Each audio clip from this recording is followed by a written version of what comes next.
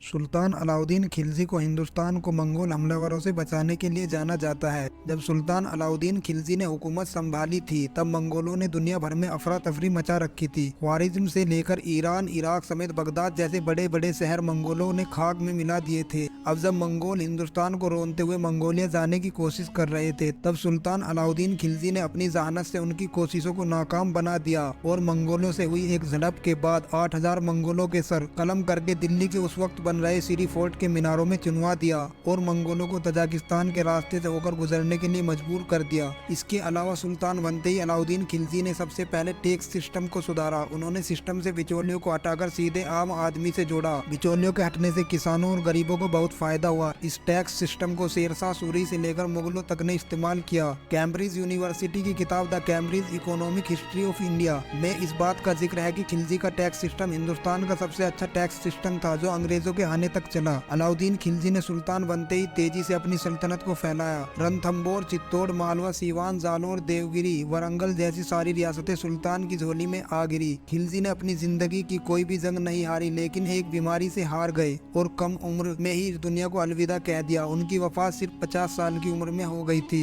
सुल्तान अलाउद्दीन खिलजी के गुजर जाने के 10 बरस बाद भी लोग उनके दौर को ये कहकर हसरत से याद करते रहे कि मरहूम सुल्तान के वक्त में रोटी की इतनी कीमत नहीं थी और जिंदगी बसर करना इतना मुश्किल नहीं था। सुल्तान अलाउद्दीन खिलजी के दौर में 11 ग्राम चांदी के एक सिक्के के एवज में 85 किलो गेहूं मिला करता था। खाने की चीजों को ऐसे कम दाम उनकी हुकूमत के खत्म होने तक कायम रहे। बारिश हो या ना हो, फसल अच्छी हो या खराब हो जाए, खाने की चीजों के दाम रत्ती भर भी नहीं बढ़ते थे।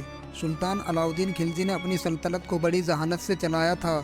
4 जनवरी 1326 ईस्वी को दिल्ली में 50 साल की उम्र में उनकी वफात हो गई थी। अगर आपको ये वीडियो अच्छी लगी हो तो लाइक करें, कमेंट करें और अपने दोस्तों के साथ इसे शेयर करें और मजीद इस तरह की इन्फॉर्मेटिव वीडियो देखने के लिए हमारे चैनल को सब्सक्राइब करें। अल्लाह हाफिज़।